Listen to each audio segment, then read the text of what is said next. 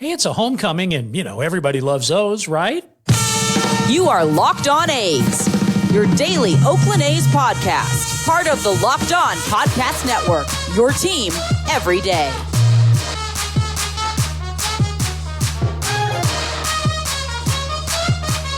Yes, indeed, it is time for another episode of Locked On A's. Hey there, I'm Wayne Coy, your host, A's fan forever, and longtime media dude. Nice to have you here. Hey, we want to tell you that today's episode is brought to us by some of our best friends in the world, and that would be Gametime. You download the Gametime app, create an account, and use the code LOCKEDONMLB for $20 off your first purchase. Last-minute tickets, lowest price, guaranteed. Well, I received some pretty strong feedback after our last episode of Locked On A's. I was kind of discussing this week's meeting, which is happening on Wednesday, the Las Vegas Stadium Authority. And I talked about when it was and where it's going to be and went through the whole agenda, kind of item by item. And with each item, I shared my thoughts. And the feedback from a couple of listeners in particular was that I, in their opinion, am guilty of only presenting one side of this ongoing relocation saga, featuring Major League Baseball, Rob Manfred, the A's, Nevada lawmakers, the Review-Journal, and I don't know who else. Oh, for the record, Jeremy Aguero, okay, on one side. Well, Las Vegas as a whole, I guess, the community.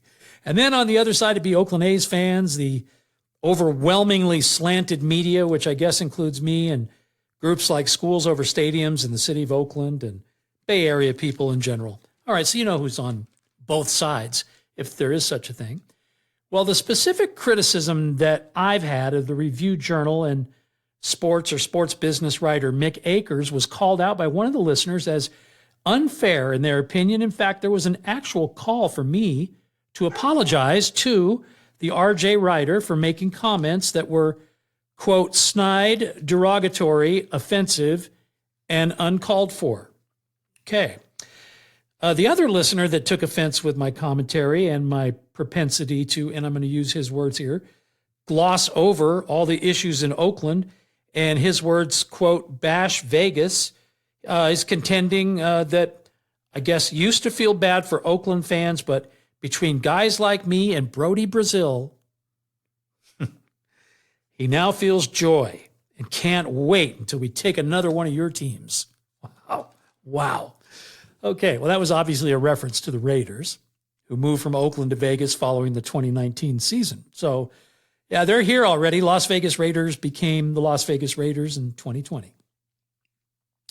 Well, first of all, I want to thank them both for listening and, of course, watching Locked On A's, whichever you do. Oh, program reminder, we're working on the video. I think we'll have it ready again by tomorrow.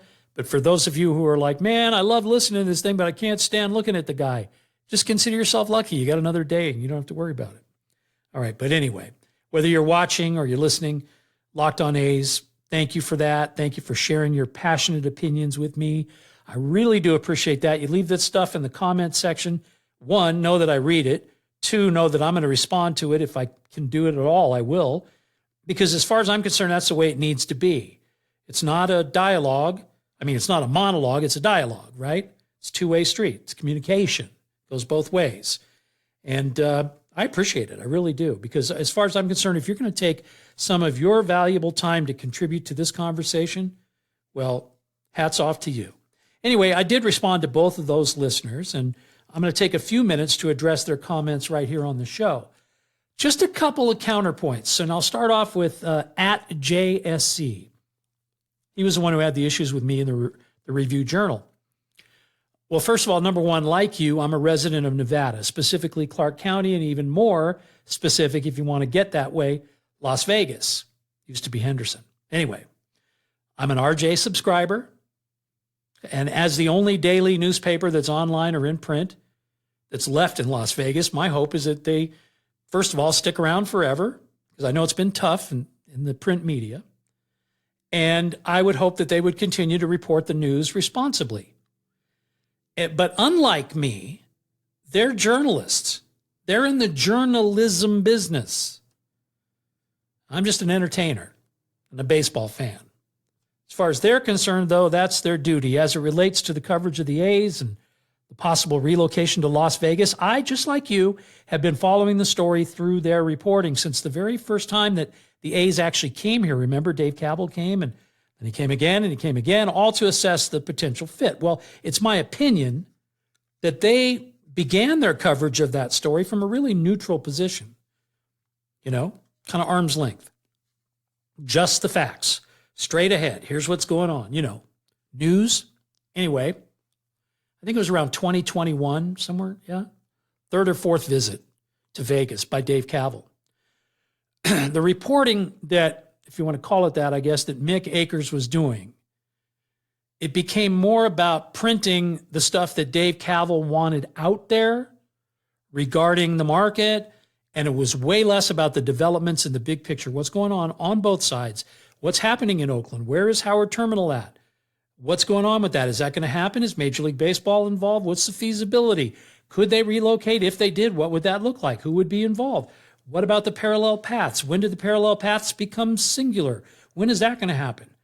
Okay, instead, what we've pretty much been getting from Mick and the RJ, in my opinion, is the stories that read as if they were written by Kaval himself or their ally Steve Hill over there at the Visitors Bureau, Stadium Authority. He's in both places. But anyway, it's just a lot of quotes from both of them, and they're kind of nonstop, and it's all rosy and it's positive regarding just how wonderful it's going to be when Las Vegas is successful in, quote, their words, not mine, luring the A's.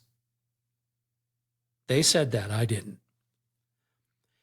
And as I mentioned in my YouTube comment reply, that crescendo came, as far as I'm concerned, when Oakland Mayor Sheng Tao received a late-night phone call from Dave Kaval.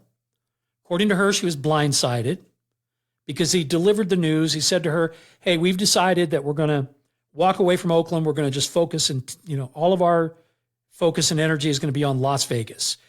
She says he told her that he didn't want to inform her that way, but he felt like he had to do it at night, late at night, because there was, quote, a news leak, and he didn't want her hearing about it that way. Okay? Well, that leaked story was full of direct quotes from, guess who? That's right, Dave Kaval. Even Major League Baseball's commissioner, Rob Manfred, discussing the decision to go away from the parallel paths and focus on Vegas. So if that's a leak, my name is Hortense, and I just heard a who. Oh, it's Horton. Yeah. Hortense is Horton's wife, right? Anyway, everything's, ain't it great? Chamber of Commerce, press release style. And I don't know, somewhere along the way, in my opinion, they just kind of quit being unbiased journalists and they started being carnival barkers, like an extension of Dave Kaval and John Fisher and Steve Hill and the A's. And listen, I'm disgusted by that, and I'm nowhere near alone in feeling that way at all. So, at JC, I know I already replied to you online, but I'm going to repeat, and I really do appreciate your feedback. Even if we disagree, and it's great that you took the time, as far as an apology goes, to either the newspaper or to their employee or writer, whatever he is, just don't hold your breath waiting for that to happen, because I'm going to stand by my feelings on that subject, and only real reporting could change my mind. And I won't hold my breath either, okay? Now, I'm going to address the other listener that's got a bee in their bonnet. Oh, yeah, they're mad too, and I'll talk about that here in just a second. But right now, picture yourself in a boat on a river. Now, picture me outside Allegiant Stadium. It's football season. Raiders are here, and they're playing the Chiefs, and I'm excited because I'm going to the game with my buddy Tommy. Tommy said, hey, man, you got the tickets, right, Wayne? And I said, no, Tommy, you have the tickets, right? And he said, no, Wayne, what are we going to do? Didn't quite come out that way, but you get the picture. Anyway, we needed tickets. And how did we get them? I had just downloaded the Gametime app. Actually heard about it during a Locked On podcast. In fact, I think it was Locked On A's back when Jason was doing it. So I heard about Gametime, had the app. I said, no better time than right now. I jump up and jump on my phone. I didn't actually jump up. I just sat down. But I jumped on my phone. Well, I didn't actually jump on my phone. I just held it And you get the picture. I ordered tickets. Not only did I order them, but I got to see where they were, exactly where they were. And they were nice seats. And they were only a little bit less than I thought, or a little bit more than I thought I was going to pay, considering it was day of game, right? So, heck yeah, I created an account. Heck yeah, I used my account. I didn't get a code, though, like you're going to get. That's not fair. But you know what? I think you deserve it. So how about $20 off your first purchase? Okay. Terms apply, of course. Create an account, redeem the code LOCKEDONMLB, and you're going to get $20 off. So download Gametime today, get a last-minute ticket if that's what you need, or get them in advance. You can do that too. Of course, that's what I thought we did, but we didn't. Anyway, get the lowest price guaranteed with Gametime.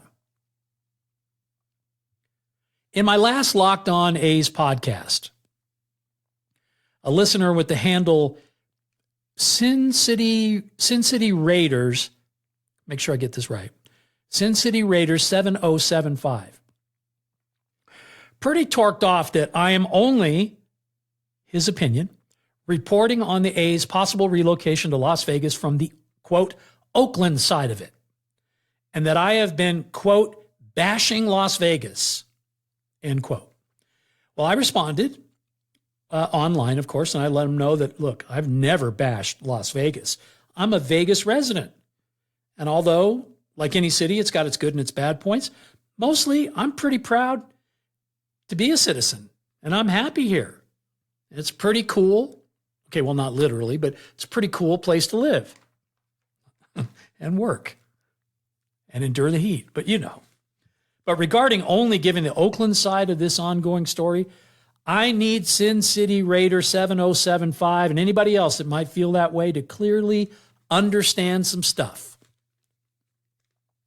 Number one, unlike Mick Akers and unlike the Review Journal, I'm not a journalist. Nope. Morning radio dude, over 40 years. And now I'm a podcaster dude. Okay? Because you know what? Adapt or die, baby. Okay? Number two, I was raised in Oakland, California, in the East Bay. And I attended my first A's game in 1969, about a year after they arrived. I've been a diehard fan of the team ever since. And along with the Beatles and Raiders football, that's pretty much the focus of my non-family oriented, work-oriented life. So you would call those passions, right?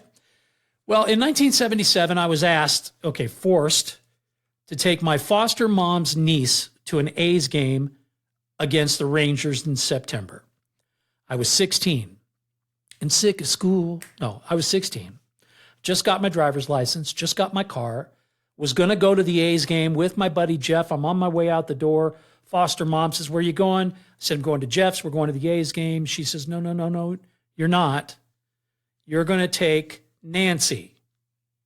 I was 16. She was 11. Or as she puts it,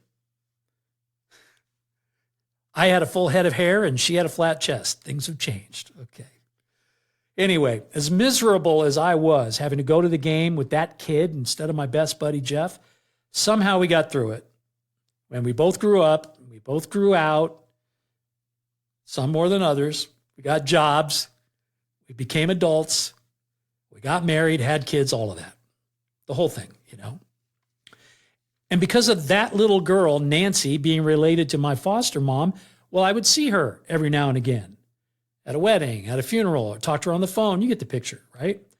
So it's late 2010, and she and I reconnect after a whole bunch of years. Been probably 6 or 7 years since I'd talked to her. But we reconnect on Facebook, and we both had been recently divorced. And it didn't start off as being anything romantic like at all. Just kind of happened. So we fell in love with each other. And long story even longer, I took her to the place where we had been 34 years before. And on the scoreboard at the Coliseum while the Oakland A's were playing, I proposed to her. And she said yes. Kind of drove me crazy waiting for her to say yes, but she eventually said yes. Anyway, a few months later, I got married to Nancy. And I did it in front of 31,022 people. How do I know that? Well, I looked at the box score because I did it at home plate. We did it just before the first pitch of the A's-Tigers game. Never mind, they clinched their division later. It doesn't matter. It was the one and only home plate wedding in Oakland A's history. Now we got 6 kids between us. We have 5 grandkids. And due to a whole bunch of brainwashing, most of them are A's fans. A couple of them are Giants fans, but, there's no accounting for taste. Anyway, 2 of them in particular, my son Ian and my daughter Savannah, have got kids that are also now A's fans. In fact, it is my grandson Rain's 15th birthday today. Happy birthday, buddy. And you can bet he's going to be getting some Oakland A's swag from somebody as a present. That's for sure. So to kind of recap here, 7-year-old me went to his first A's game. 10, almost 11-year-old me watched his Oakland A's play and win 3 World Series in a row. 1981, I was about to turn 20 and start a radio career. Still a little wet behind the ears.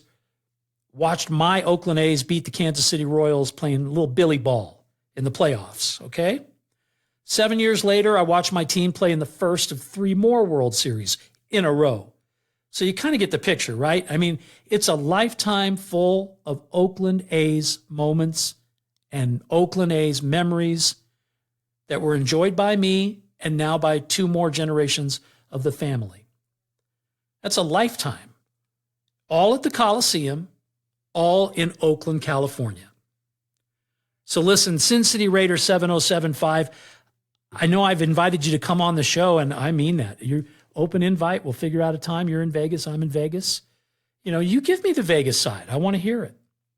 But I got to ask you, knowing everything now that I just ran you through, you got the 411. You know how strong and how deep that connection is. So what would you expect my perspective to be? Really? The A's belong to Oakland. The A's should always be in Oakland. John Fisher needs to sell the team to local ownerships who will ensure that they will always be in Oakland. Now, that's my perspective. You can call it one-sided. You can say it's jaded or it's tainted. You can call it whatever you want. But it's 100% where I'm coming from. There's no hiding it. There's no sugarcoating it. It is what it is, and it always will be. And I need to know what part of any of that is Las Vegas bashing? Because it isn't. I live here now. Now, do I want to see Vegas become a city with Major League Baseball? Of course. But not now, and not with this team. Our multi-generational heirloom needs to truly stay rooted in Oakland. And I don't mean that like a advertising slogan that wasn't sincere. I mean that for real. But you know what? I'd be over the top happy if that happens. And along with that, at the same exact time, I would love Las Vegas to be awarded its own expansion team. Kind of like with the Golden Knights, Vegas born. That way they can love them from the beginning and support them. And I can relate. I know what it feels like. If the owners do vote for relocation, I know that's, according to a lot of people, a probability.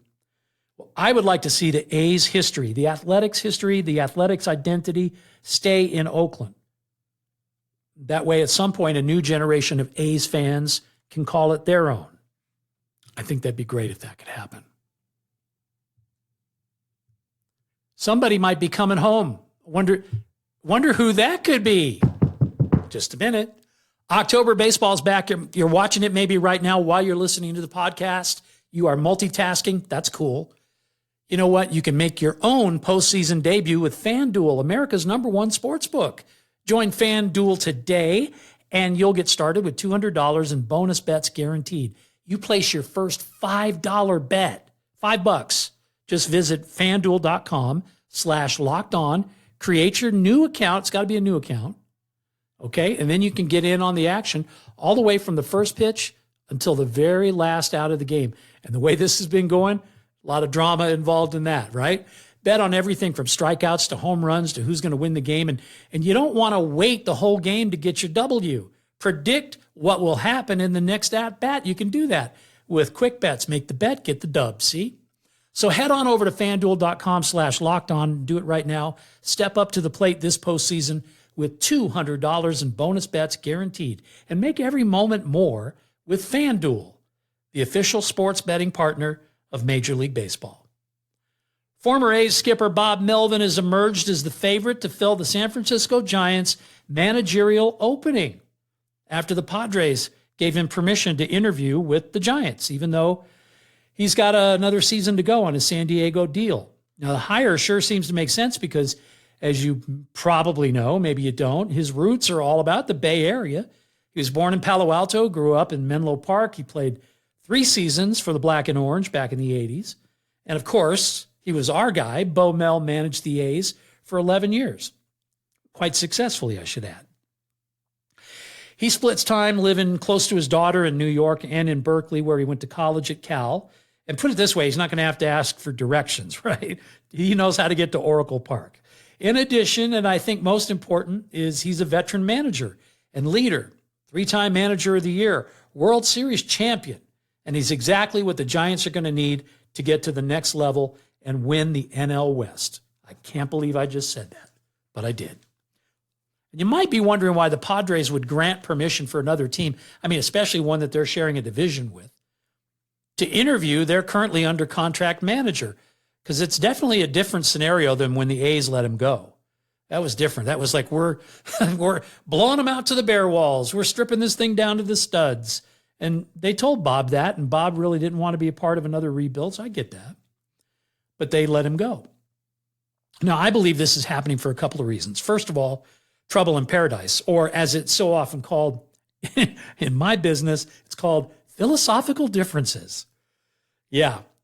There have been these rumors that Bob Melvin and the GM of the Padres, A.J. Preller, are not and have not been on the same page. That's despite the fact that Melvin, of course, led them to their first postseason appearance since 1998, just 2 years ago. Well, that said, Preller shut the talk down by basically saying, all is right in the world. Everything is good between Bob and I. And just 3 weeks ago, announced on a video press conference that, in fact, Melvin would be returning to lead the Padres in 2024. So what the heck changed?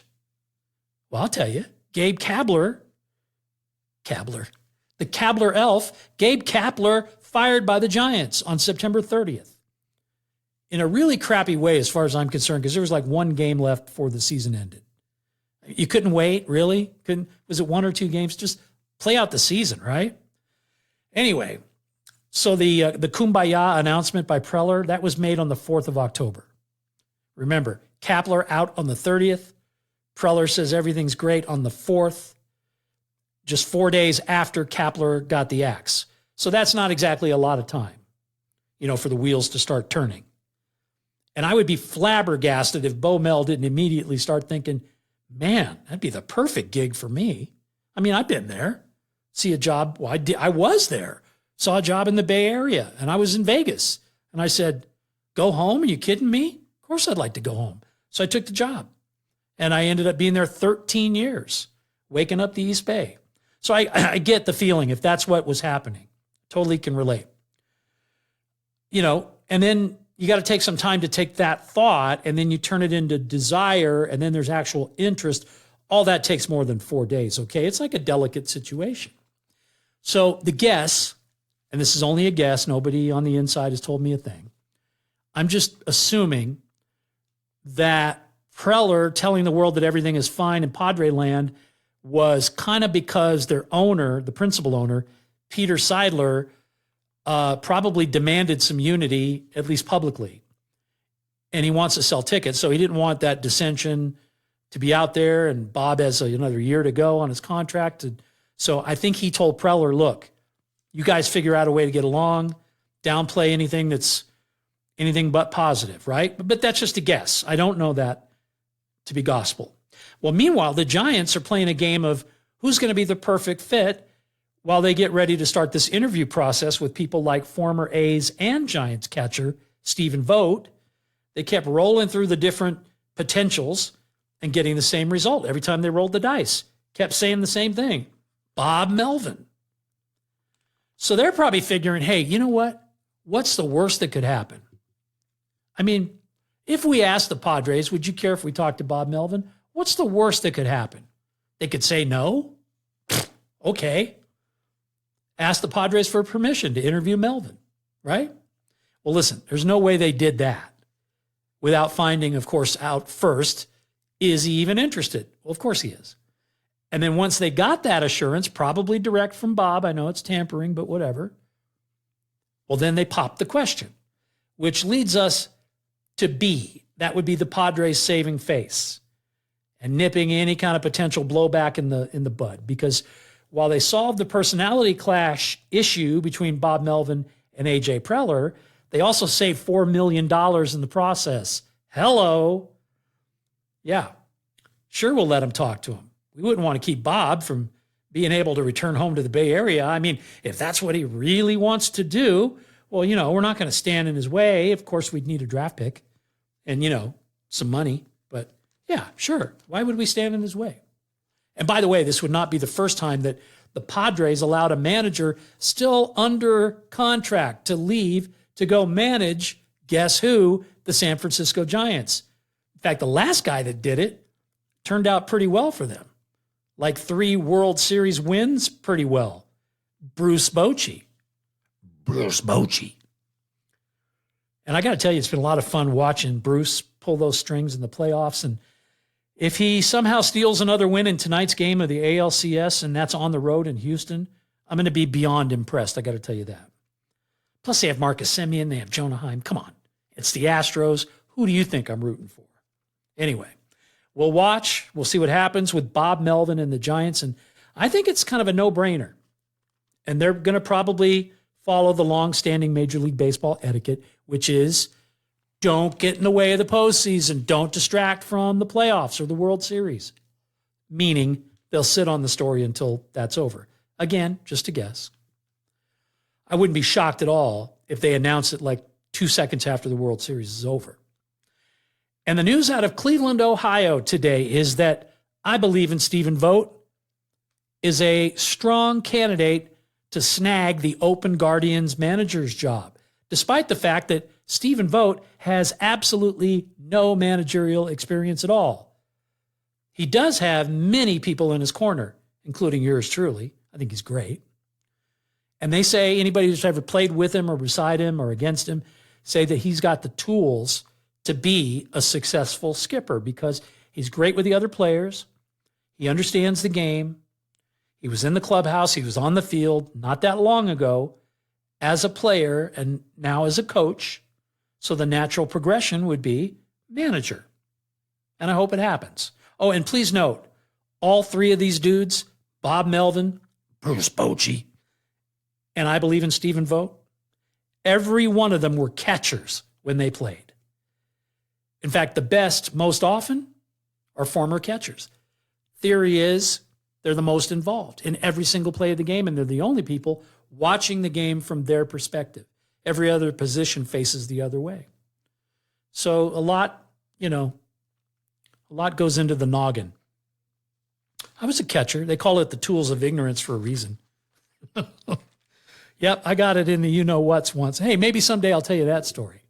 But that's it for today. I got no more for you. I'm completely out and going to go watch some baseball. So I hope you get through the day okay, too. Whatever you're doing, do it with a smile on your face. And let's get together again here. Thanks for making us your choice for a first listen every day. Really do appreciate that.